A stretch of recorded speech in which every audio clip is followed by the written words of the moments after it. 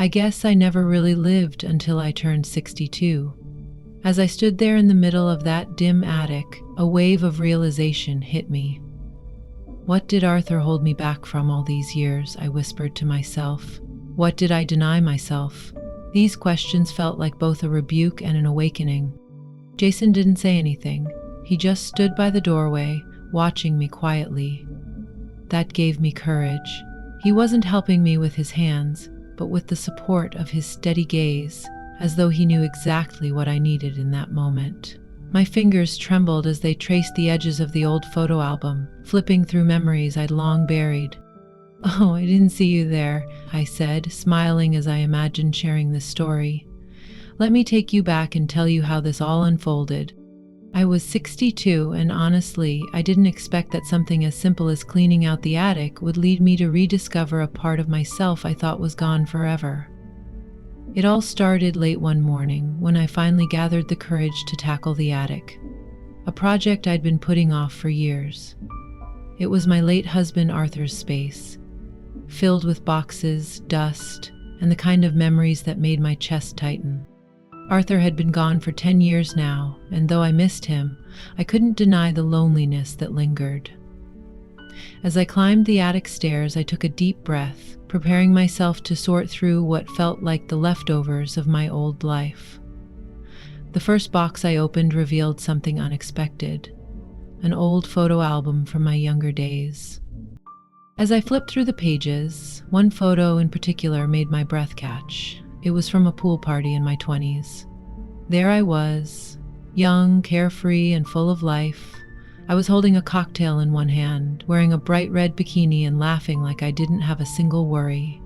The version of me staring back from that photograph was a stranger I missed. Looking at that picture stirred something inside me, something I hadn't felt in years. Warmth, sadness, nostalgia, excitement. It all came rushing back, and just then I heard the creak of the attic stairs. Startled, I turned to see Jason, my stepson, standing there. I hadn't seen him in 5 years. The last time was at his college graduation, and now here he was, 27 years old, broader and more grown up, but with that familiar smile that hadn't changed a bit. He held up a cup of coffee. "Surprise," he said. "Jason, when did you get here?" I asked, caught off guard but genuinely happy to see him. "Just now," he replied, stepping into the attic. "I saw your car outside and figured I'd let myself in. Looks like you could use some help." I opened my mouth to tell him no, that I had it under control, but before I could say anything, he was already moving toward me, glancing at the album in my hands. "What's this?" he asked, reaching for the photo. I froze as his eyes locked onto the image of the younger me on the pool deck. "This is you?" he asked, surprised. "Yeah," I replied with a nervous laugh. That was my wild phase. Jason's gaze lingered on the picture for what felt like an eternity before shifting back to me. His expression was hard to read, a mixture of admiration and something else I couldn't quite place. "Wow, it's strange seeing you like this," he said softly, "but kind of amazing." His words sent a strange flicker of something through me. I wasn't sure what it was, but it stirred emotions I thought had died along with Arthur. It wasn't just nostalgia, it was something deeper, something that felt both comforting and dangerous. "Well, enough of that," I said, quickly closing the album and tucking it back into the box. But as I did, I couldn't ignore the thoughts spinning in my mind. For years, I'd lived quietly, responsibly. Arthur had been a good man, but he hadn't awakened this part of me.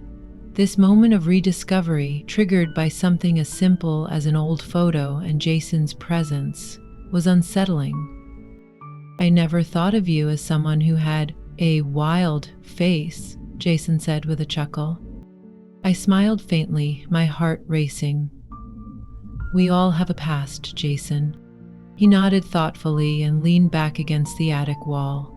For a brief second, I wondered if this moment had awakened something in him too, but I shook the thought away. "Let's finish this," I said, gesturing to the boxes. As he bent down to help, I took one last glance at the photo. Maybe this was the reminder I needed, not of who I had been, but of who I could be again. "We've got to start hauling these old boxes out of here," I said, trying to shake off the emotions swirling inside me. But as I reached to close the photo album, Jason gently placed his hand over mine, stopping me. "We really need to look at this," he said, half joking but half serious. "It's unbelievable seeing you like this. So young, vibrant, and different. Come on, let's keep looking." I hesitated. Not all the pictures in that album were innocent. Beyond the carefree beach snapshots, there were bolder photos. Moments that captured the wilder, freer side of my youth. But the fascination in Jason's eyes, the way he looked at me with genuine admiration, made it hard to say no. "All right," I said with a small smile. "But some of these photos might be a bit much."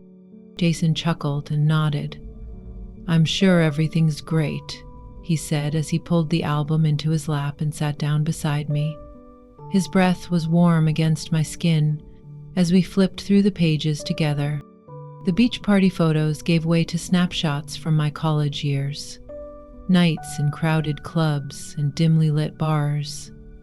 One picture showed me in a tight, backless red dress, laughing as I danced under flashing lights.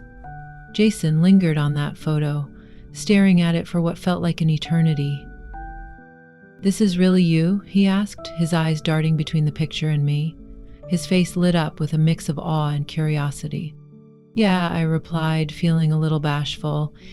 "It was just youth, you know. Things were different back then." Jason was silent for a moment before finally speaking. "You're incredible." He paused, then added with a chuckle, "All this time, I've only ever thought of you as my stepmother, but looking at these pictures, you were like a total party girl." His words made me blush, but they also stirred something deeper inside me. I couldn't help but think of Arthur. Even when I was young, he had never looked at me the way Jason was looking at me now. Arthur had been distant, cold, and practical, always more focused on responsibility than passion. But Jason, he was different. The way he looked at me said more than any words ever could. As we continued flipping through the album, the photos became bolder. One showed me laughing with friends, wearing short denim shorts and a bikini top. Another captured me in a plunging black dress, dancing tipsily in a nightclub. Jason smiled softly as he took in each image. "It's a privilege to see these," he said. "Even when you were younger, your beauty was breathtaking. Arthur was one lucky man." His words warmed me, but also stirred something strange, something dangerous. The more I felt Jason's attention, his admiration, the more I realized there was a pull between us, one I hadn't anticipated. He wasn't just any man admiring old photos. He embodied the kind of man I had dreamed of when I was younger. Confident, openly appreciative, and curious about the sides of me I had kept hidden for years. When we reached the last page of the album, Jason gently closed it but didn't move away. His gaze stayed fixed on me. "Elizabeth," he said, his voice low and filled with sincerity, "you're truly extraordinary." I swallowed hard, surprised and moved by his words. It had been so long since anyone had looked at me like that, let alone said anything so genuine. As my eyes locked with his, the air between us grew heavy, and something shifted. Despite the cold, dusty atmosphere of the attic, a warmth spread inside me, as though Jason's presence was making me feel young again. I had no idea where these feelings would take me, but I couldn't deny their existence. Jason closed the album and turned toward me, the same deep admiration still reflected in his eyes. "Elizabeth," he said, his voice soft but unwavering, "after seeing all those pictures, I have to say this. You haven't aged a day. You still look young and absolutely beautiful." My breath hitched, and I felt a flicker of emotions that I hadn't allowed myself to feel in years. His words wrapped around me, stirring memories of the woman I used to be, the woman I suddenly wanted to reclaim. But as much as I longed for that sense of freedom, a voice inside me whispered a warning. I smiled faintly and took a deep breath, knowing I was standing at a precipice, unsure whether I'd pull back or fall. I closed my eyes and thought of where I could buy full body, limb clothes. The compliment took my breath away. Even in my youth, I wasn't used to hearing words like that, especially not from Arthur. My heart beat a little faster, and warmth crept into my cheeks. "Thank you, Jason," I said softly, though I couldn't help but smile as I added, "but there's no hiding the fact that I've aged." I hesitated, gathering my courage before continuing. "Maybe I've gotten older, but I haven't lost touch with my desires. I never let go of them." Jason smiled, his green eyes locked on mine, unwavering. "I can feel that," he said. "You're not just beautiful, you're absolutely captivating." I couldn't help it. My eyes wandered over him for a moment, taking in his broad, athletic frame. His tall stature, wide shoulders, and slightly tousled blonde hair gave him the effortless charm of a movie star. But it wasn't just his looks. What struck me most was the confident yet gentle expression in his eyes, a gaze that held me in place. "It's interesting, hearing something like that from someone like you," I murmured, a faint smile playing on my lips. After a pause, I added, "Arthur was nothing like you. He was always so calm, so distant. He never did anything to truly surprise or excite me. He was a good man, but..." Jason tilted his head slightly, listening intently. "But not the kind of man you desired, right?" I thought about looking away, but I couldn't. "Yeah," I admitted honestly. "Arthur was never as exciting or passionate as I wanted him to be. I'm not saying he was a bad man, but I always felt like something was missing." Jason was quiet for a moment, then gave me a gentle, confident smile. "Maybe it's important you realize that," he said. "Maybe now's the time to figure out what fills that void." His words lit a spark inside me. The way this young man showed interest, understood me, and spoke with such conviction stirred an excitement I hadn't felt in years. Jason wasn't just different from Arthur. He was incredibly close to the kind of man I used to dream about when I was younger. But where would these feelings take me? Were they even the right path to follow? After a pause, Jason stood up, sliding his hands into his pockets. His green eyes settled on me again, steady and sure. "I'm going to put the bike in the garage and come right back," he said confidently. "But don't stay in the basement, Elizabeth. Wait for me in the living room, all right?" The assertiveness in his voice left an unusual effect on me, and without thinking, I nodded. "All right, Jason." He walked upstairs with quick steps, and I watched him go, unable to stop my thoughts. Even his love for that motorcycle was affecting me. I imagined him working on it, his hands skillful and determined. I pictured him riding it, wind blowing through his hair, energetic, passionate, and focused. Exactly the kind of man I used to fantasize about in my younger days. "He's so much like the person I always imagined," I whispered to myself, but then reality struck. He's my stepson. And yet, despite the warning bells in my head, his presence was having an undeniable effect on me. I moved to the living room, trying to steady my thoughts. It wasn't long before Jason returned, holding a bottle of wine. My eyes landed on the label, and I recognized it immediately. It was my favorite rosé. I blinked, surprised. "Jason, this is my favorite wine. How did you know that?" He shrugged, a boyish grin on his face, as though he didn't want to admit how much attention he had paid over the years. "I noticed little things when I was younger. I guess I remembered right." His words hit me harder than they should have. The fact that this young man had remembered something so small yet meaningful felt deeply touching, like he had seen me all along in a way no one else had.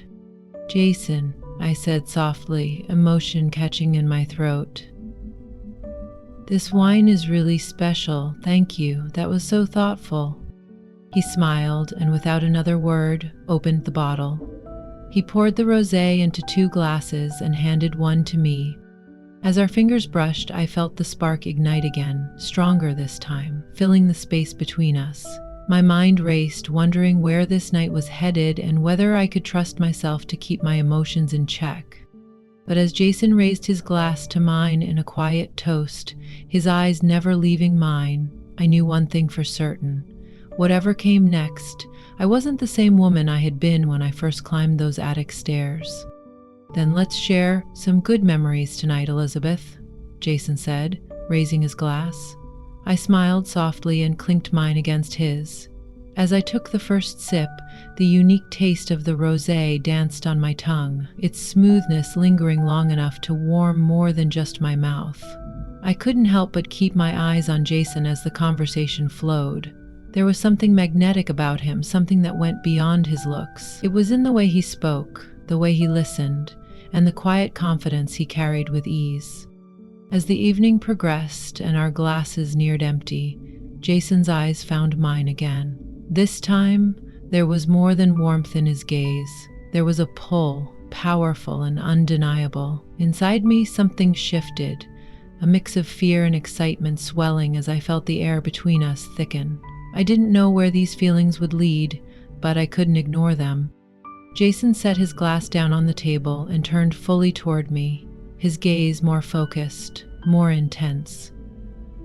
"Elizabeth," he said softly, his voice laced with emotion he couldn't hide. My breathing quickened, my heart pounding against my chest. "Yes, Jason?" I whispered, my voice barely audible, as if it might shatter if it spoke too loud. He reached for my hand, his fingers warm as they brushed gently over mine. The simple touch sent a ripple of emotions through me, making it hard to think of anything but him. "I know I shouldn't say this," Jason murmured, his voice unsteady yet sincere, "but when I look at you, I can't stop myself. You're not just incredibly beautiful, you're so much more than I ever imagined." His words settled deep inside me, stirring emotions I hadn't felt in years. My face flushed and I tried to speak. "Jason, you..." But before I could finish, he hesitated, only briefly, before leaning in. My heart nearly stopped as I watched him draw closer. I knew I should say no, but I couldn't fight the pull between us. When his lips touched mine, slow and deliberate, the world seemed to pause. The kiss was gentle yet deep, awakening desires I had buried long ago. His hand slid to my waist, pulling me closer as I allowed myself to fully surrender to the moment. When our lips finally parted, the tension between us lingered, crackling like static in the air. My heart was racing so fast I could barely catch my breath. I looked into his eyes, hoping they could somehow understand the feelings I couldn't put into words.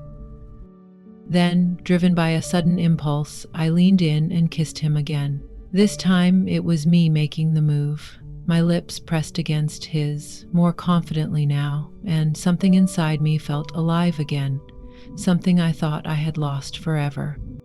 Jason seemed surprised at first, but quickly responded, his arms wrapping around me as our kiss deepened. His hand slid to my waist, his strong fingers pulling me closer with a gentle yet firm touch. His warmth radiated through me, igniting every nerve, as if my body had been waiting for this moment all along. We lay side by side on the couch, barely any space between us, his breath and presence filling the room. Resting my head against his chest, I felt a restless energy stirring within me, an undeniable need to let go completely. My heart raced, not from fear, but from the sheer thrill of release. Slowly I sat up, feeling Jason's gaze on me, calm, focused, and understanding. His eyes seemed to know everything happening inside me without needing a single word. My fingers trembled as I hesitated, the pounding of my heart echoing in my ears. But then, a bold, powerful urge overtook me. I reached for the thin straps of my dress, which suddenly felt like chains holding me back. As I grasped them, Jason didn't say a word. He just watched me, his gaze steady and supportive. And somehow, that gave me all the courage I needed. He wasn't guiding me with his hands. He was guiding me with his eyes. I slowly slid the straps down, feeling the fabric slip off my shoulders and fall gently to the floor. In that moment, there was no hesitation, no doubt, only the unspoken understanding between us, and the quiet hum of emotions finally set free. The fabric pooled around my bare feet like a soft puddle, and for the first time I could finally breathe. It wasn't just a physical release, it felt symbolic, like shedding years of restraint and stepping into freedom. I turned my gaze back to Jason, and the admiration in his eyes was unmistakable. He didn't need to say a word. He understood. This wasn't just a moment between us. It was me breaking through my own limits, finally accepting every part of myself. Jason slowly stood from where he was sitting and reached out his hand toward me. His touch, as always, was both tender and strong. But this time it wasn't just his embrace. It was the feeling of embracing my own desires, my own worth. For what felt like an eternity, I stayed in that position on the couch, my body pressed against his, barely moving. My breath was shallow, my heart racing, as though it were trying to catch up with everything I'd just experienced. I felt like I was teetering on the edge of exhaustion, yet somehow I managed to hold on. Maybe it was the years of longing and repression that had built this strange resilience within me. Jason's broad, powerful frame had always drawn me in, but now the intensity of my attraction to him reached new heights. I was breathless, as if the weight of the world had been lifted from my chest, leaving me free to feel without restraint. My body trembled, every nerve alive, and for the first time I felt a deep, exhilarating exhaustion. Not from limits, but from liberation. Even as I was consumed by these overwhelming emotions, my mind drifted into a strange reflection. I didn't truly live until now, I thought. Arthur, what did he hold me back from all these years? What did I deny myself for so long? The questions felt like both a quiet rebellion and a long overdue awakening. Jason, still catching his breath, ran a hand through his tousled hair, and the sight of him, just as affected as I was, somehow comforted me.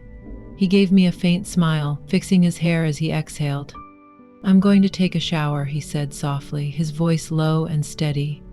His gaze lingered on me, and I noticed the sparkle in his eyes, the quiet understanding behind his words. Everything felt even more real in that moment. I watched him walk away, but my thoughts stayed rooted in what had just happened. The bittersweet joy of discovering myself, so late in life, washed over me. If you've made it this far, I know this story has left an impact on you. There's more to share, and you won't want to miss it. Be sure to hit the follow button, turn on notifications, and share your thoughts in the comments. I'd love to hear from you. Your support means the world to me.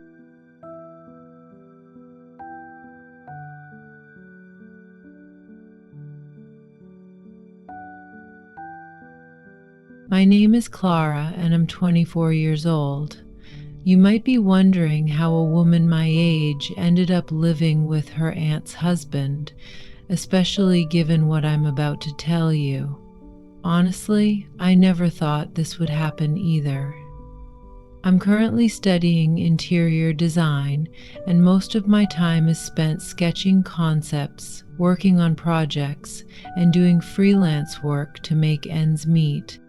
Life hasn't been easy ever since my parents divorced when I was a teenager. I moved around constantly, trying to find a stable place to settle down. Eventually, I ended up staying with my aunt's husband, Leo. It wasn't part of the original plan, but life is unpredictable. Before I dive into the story, make sure to like this video and subscribe to my channel for more personal, true life experiences like this one. Trust me, you don't want to miss what happens next. It all started when my Aunt Marina got a job opportunity that required her to travel frequently. My mom had moved overseas, and with no other family around, Leo offered to let me stay at their place while I finished my studies. Leo had been married to Marina for 6 years, and they lived in a quiet, picturesque house by the coast, far away from the hustle and bustle of the city. At first, I thought it would be a temporary arrangement, a peaceful retreat while I focused on school, but things didn't unfold the way I had expected. A few months later, I had settled into the house. The peaceful rhythm of the days had become familiar, waking up to the ocean breeze, sipping coffee on the porch, and spending my evenings immersed in design work. But then, something happened that I wasn't prepared for.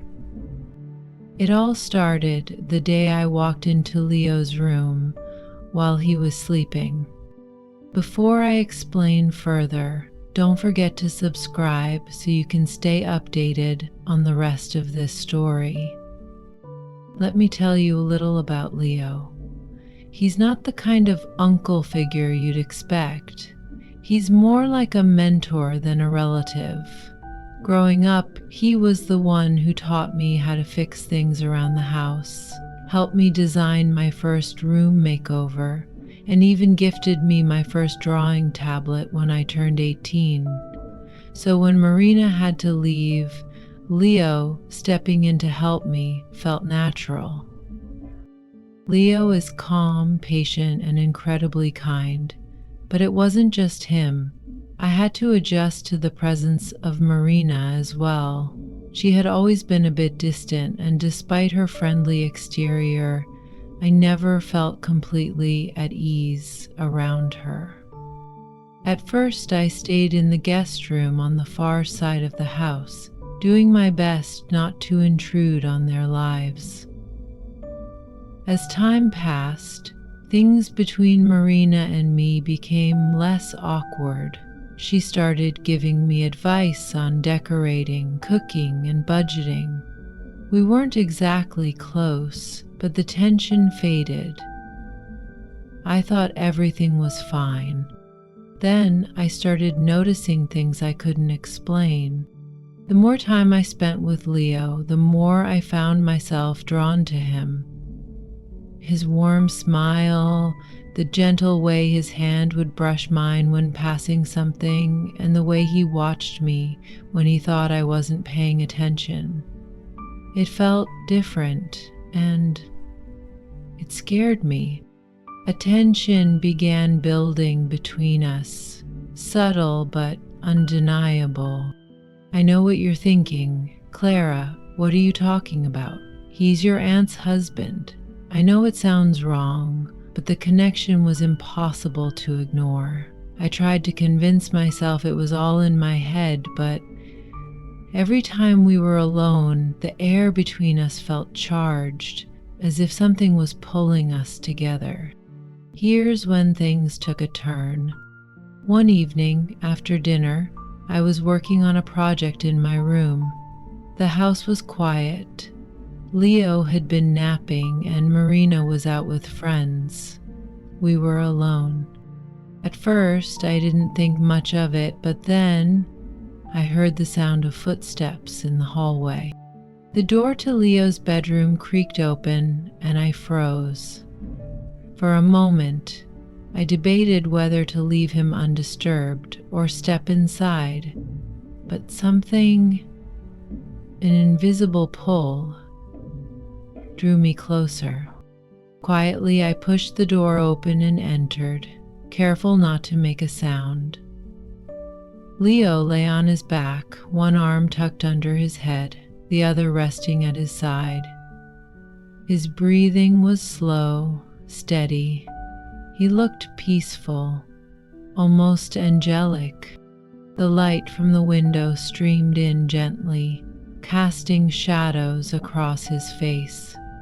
It softened his features, making him seem untouchable, like he was part of a dream I wasn't ready to wake up from. My heart raced. I could hear its pounding in my ears as I stood there, watching him sleep. I didn't know what I was doing, or why I couldn't seem to leave. All I knew was that in that moment, the feelings I'd tried to suppress came rushing to the surface. What had started as a temporary living arrangement was now something much more complicated. I didn't know where this would lead me, but something inside whispered that there was no going back. I stood there for a moment, my heart racing. I could feel the heat rising to my face, my pulse quickening with every second. I had never felt this way before. Maybe I just wanted to look at him, or maybe it was something more.